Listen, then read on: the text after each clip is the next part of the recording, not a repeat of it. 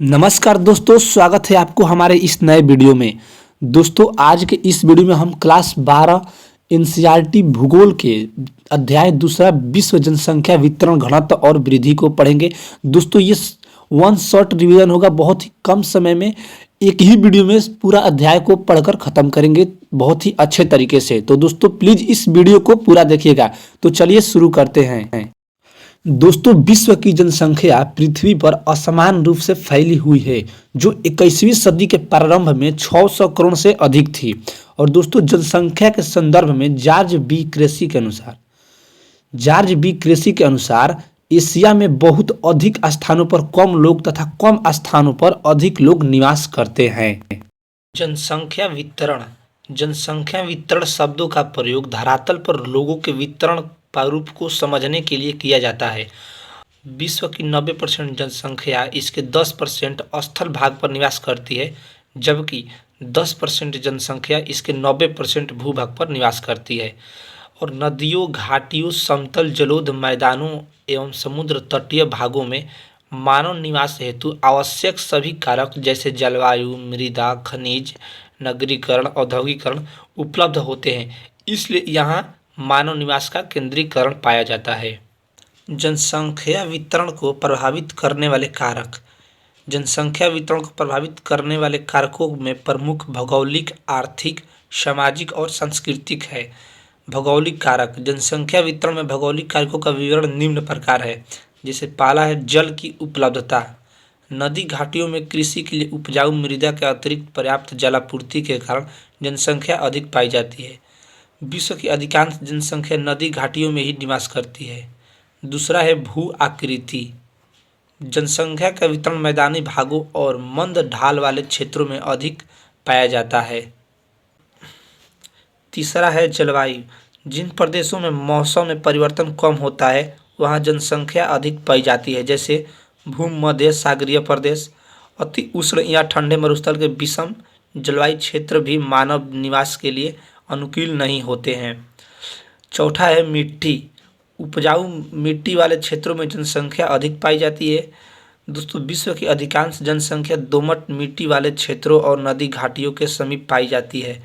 दक्षिण तथा दक्षिण पूर्वी एशिया में अधिक जनसंख्या होने का मुख्य कारण है मिट्टी का उपजाऊ होना। आर्थिक कारक। जनसंख्या वितरण में आर्थिक कारकों का विवरण निम्न प्रकार है। दोस्तों, पहला है खनिज। जिन क्षेत्रों में खनन उद्योग विकसित होता है वहाँ सघन जनसंख्या मिलती है। रोजगार के अवसर उपलब्ध होने के कारण पलायन गतिविधियाँ तीव्र होती हैं। दूसरा है नगरीयकरण। शिक्षा, चिकित्सा, स्वास्थ्य, संचार एवं परिवहन तथा रोजगार सुविधाएं उपलब्ध होने के कारण नगरीय भागों में सघन जनसंख्या निवास करती है। तीसरा है औद्योगिकीकरण। औद्योगिकी क्षेत्रों में रोजगार के अच्छे अवसर उपलब्ध होते हैं, जिससे जनसंख्या उन क्षेत्रों के प्रति आकर्षित होती है।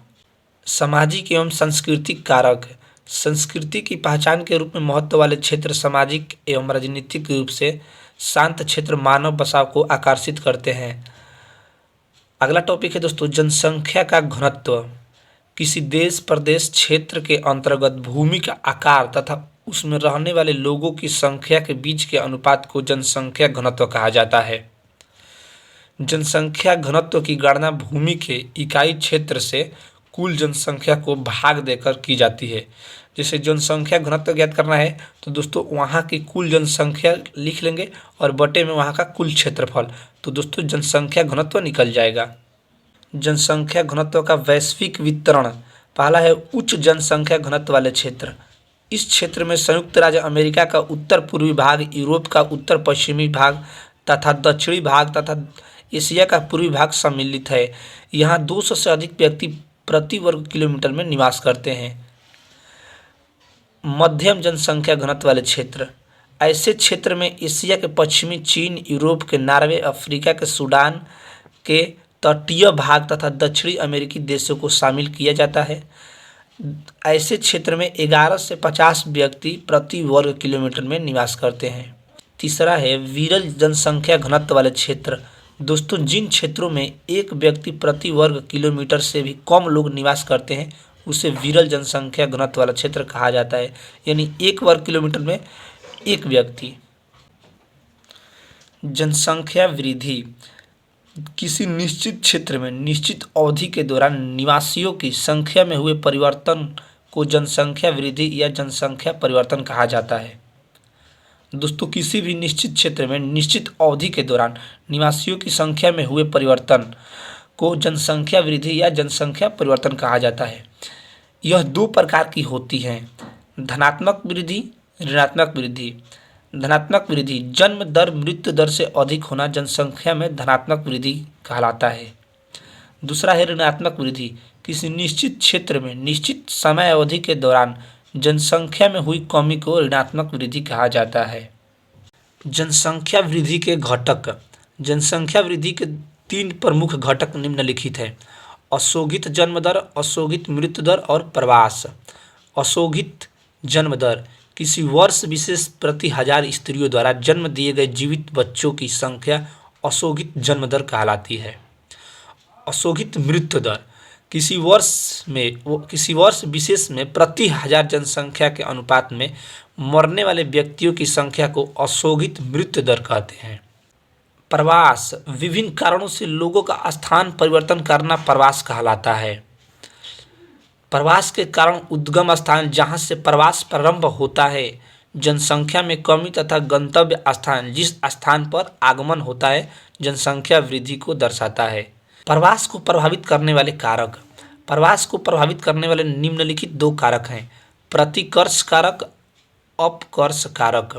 पहला है प्रतिकर्ष कारक, वे कारक जो प्रतिकूल भौगोलिक परिस्थितियों के कारण लोगों को अन्य स्थानों की ओर प्रवास करने हेतु बाध्य करते हैं, प्रतिकर्ष कारक कहलाते हैं। जैसे प्राकृतिक आपदाएं, बाढ़ जैसी स्थिति बन जाए, आर्थिक पिछड़ापन, अशांति, महामारी आदि प्रतिकर्ष कारक। अपकर्ष कारक वे कारक जो किसी क्षेत्र की अनुकूल परिस्थितियों के कारण लोगों को अपनी ओर आकर्षित करते हैं, अपकर्ष कारक कहलाते हैं। जैसे संपत्ति की सुरक्षा, श्रेष्ठ अवसर, शांति, अनुकूल जलवायु आदि। जनसंख्या संक्रमण सिद्धांत की अवस्था। जननांकीय संक्रमण सिद्धांत का उपयोग किसी क्षेत्र की जनसंख्या का वर्णन तथा भविष्य की जनसंख्या के पूर्वानुमान के लिए किया जा सकता है। इस सिद्धांत के अनुसार जनसंख्या में परिवर्तन एक चक्र के अनुसार होता है, जिन्हें सामूहिक रूप से जननांकीय चक्र के रूप में जाना जाता है। जननांकीय संक्रमण सिद्धांत। जननांकीय संक्रमण सिद्धांत की 3 अवस्थाएं हैं। प्रथम अवस्था, इस अवस्था में अधिकतम लोग कृषि कार्य में संलग्न रहते हैं।